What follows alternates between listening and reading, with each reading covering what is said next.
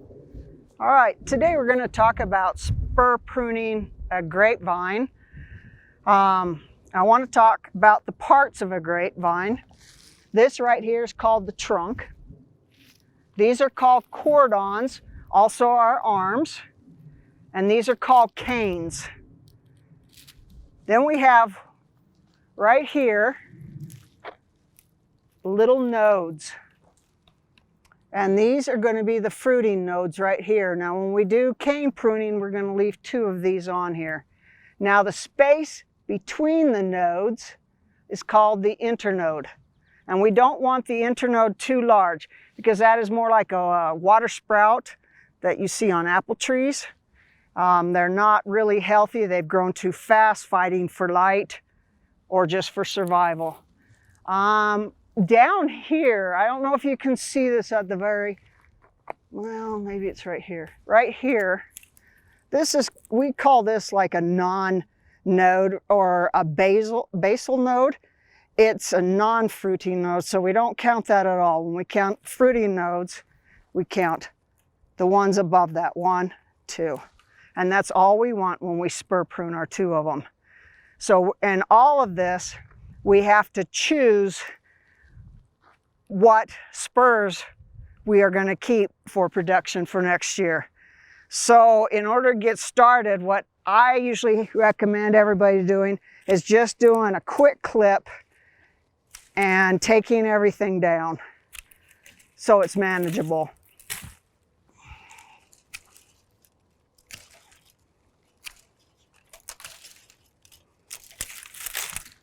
So it's a cleanup. And then you'll be able to see where you're at, what you're doing, what you want to keep, what you don't want to keep. You can see right here too, when they do mechanical picking, they leave a lot, this is left. Unfortunately, this wasn't due to mechanical picking, this is due to deer, and these are going to have to be removed in our final cutting.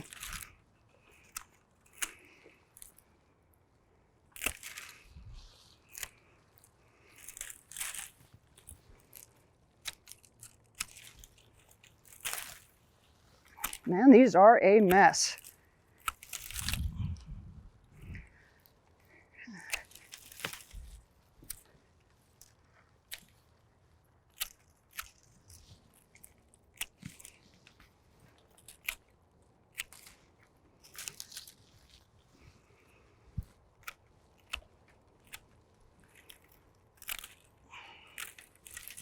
Okay, it's looking better already. When you're pruning a grapevine, you are actually removing, 80 to 90% of the vine itself.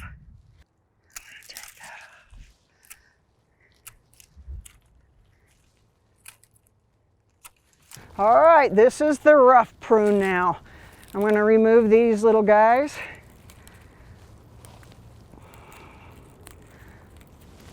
I should probably just cut them off.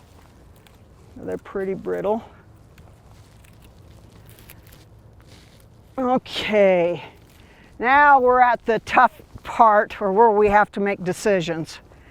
And this trunk is pretty large. It's able to hold probably 8 spurs on each arm. And if I have 2 nodes, so each of these nodes that we do leave will create a shoot. And you're thinking probably, well, these are called canes. They are called canes after the fruit and the leaves have disappeared, and then these become canes. All right, so now I want a pencil-sized cane that is the closest to the cordon or to the arm of the grape. And so anything else that isn't as close, or if I find something close, far away, I am going to cut that out. All right, here comes decision time. Now, look how far this spur is away from here, and all this is the fruiting canes, and this spur is just not, it's just too far away, and it'll just keep getting higher and higher and never be able to grow anything. And I don't see any place where I can actually keep that.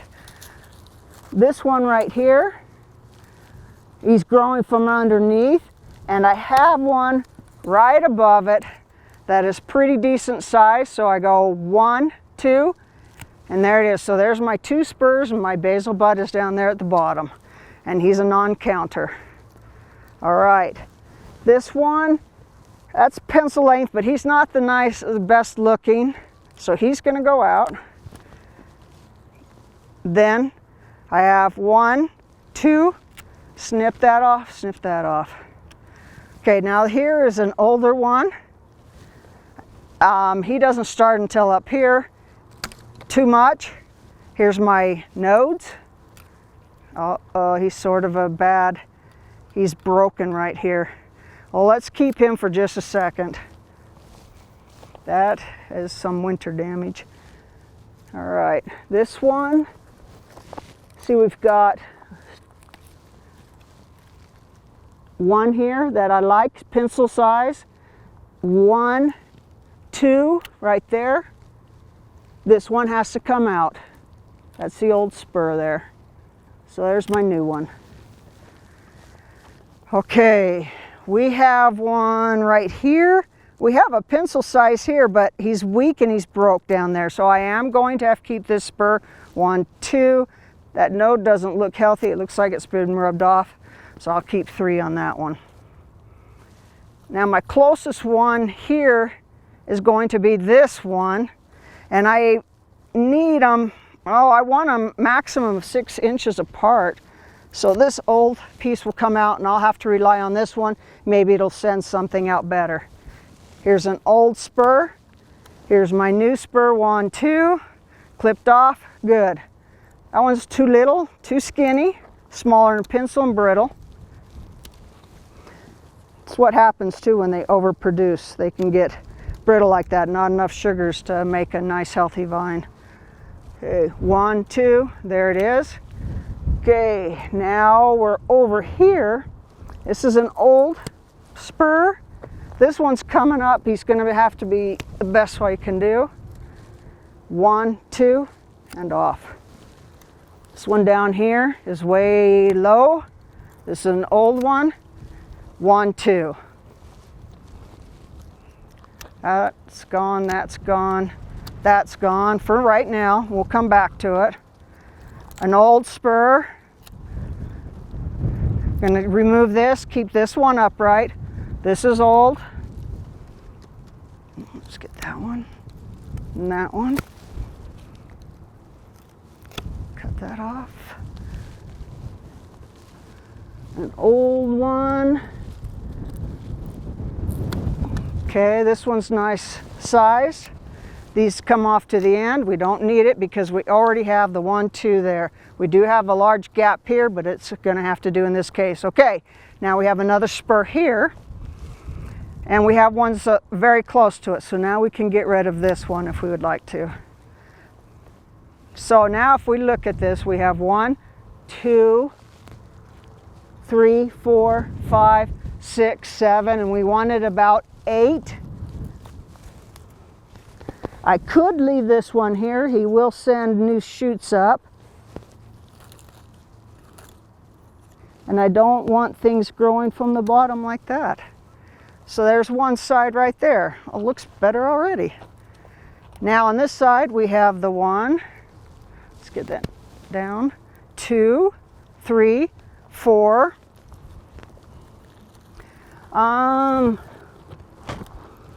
Let's see, 5, 6, 7, 8. We have a mess right here. I really do want one right here and right here. Let's see what happens if I cut this off and keep this one.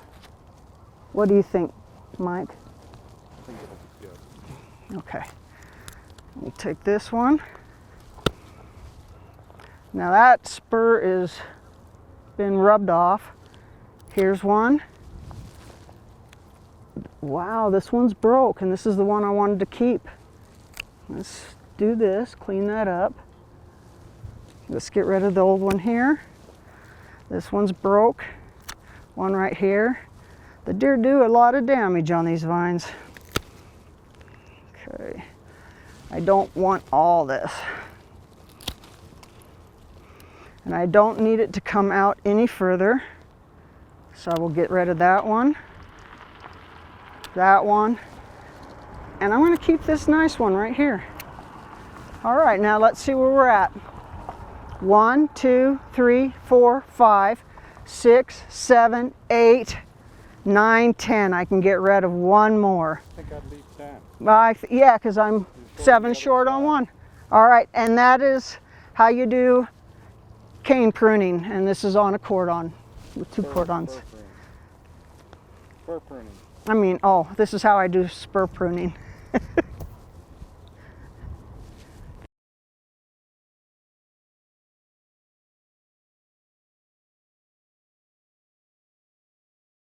Almost everything you're going to see here is going to disappear. And I'm going to just start making it disappear right now. Just get things so I can see again and be able to make decisions. All right, now the reason why you're seeing so much get taken off right now is we had done spur pruning on this grape plant before, and we had allowed the cordons to grow along this wire. But we found out that this Thompson seedless prefers to have the cane pruning instead, and you can tell that by looking at its growth right here and seeing what it's been doing. So it's going to be much happier and produce better with a cane pruning. All right, now when I look into here, I need 2 canes. One is going to be called the fruiting cane, and the other one's going to be called the renewal.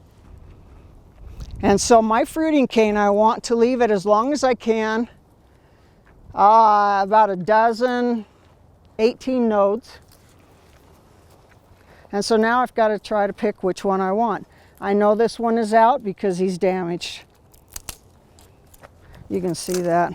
He was weak, you could feel it. And you can see the pith in there. Okay, now I see this nice cane right here. It's long enough. So let's get that one. I am going to keep this one. This one's too skinny, and look at the length between the internodes here. It's too long, more like a water sprout, and so it has to go. And you can tell that they're not healthy. A light colored is usually dead wood. Okay, so here it is. So let's clean this out.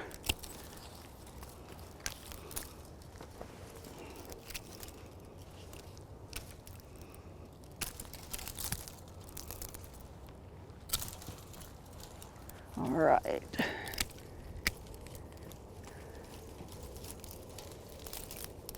There he is. There's the one I'm going to let fruit this next year. Clip it. And 1, 2, 3, 4, 5, whoops, a lot of 6, 7, 8, 9, 10. And I will take and tie him to right here as soon as I'm done. So now I know, since I have my fruiting cane, I know now that I can get rid of this entire cordon right here. There it is. Now we have to have a renewal cane too. And on a renewal cane we need 2 spurs, or 2 nodes. 1, 2. And this will be the one that will produce, will let fruit next year. And that's all that's left on this side of the bush, or grape. And then I'll get that cleaned off later.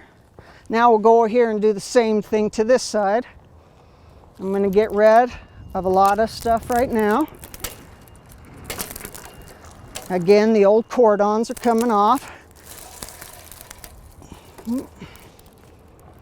I gotta be careful not to ruin anything.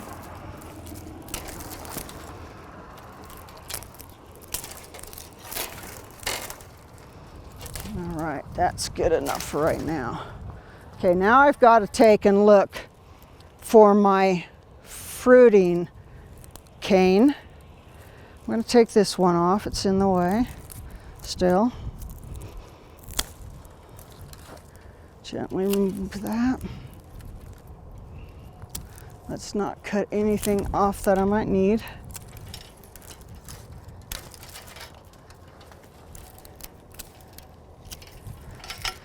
So I can see this one is pretty wobbly. Let's leave that for a second though. Separate this and this. All right, now to make the decision. This one is probably the nicest looking one right here, but I need to be able to take and get it tied onto the wire and come in the direction I need it. All right, so this will be our fruiting cane for this time. I'm gonna take and tie him up, get him where I want him, and out of the way so it's safe for now. Just right there. This is a tape tool. All right, now, okay, he's barely making that turn. I know that I do not want these, but I do have to keep a fruiting spur. And I can keep this one because it'll send off, basal node is down here, it'll send off some shoots, hopefully this way, and we can train those. So let me see how that works as a fruiting spur. And because of this grape being a cordon pruned or spur pruned, we're having a few problems. So we're going to keep this one then as a fruit wood. And I'm going to keep this one as a renewal spur, just in case things fail back here. And I'm going to keep this one too as a renewal spur and take this one off. Just because this plant is really being trained opposite than what we've trained it before. And there we go.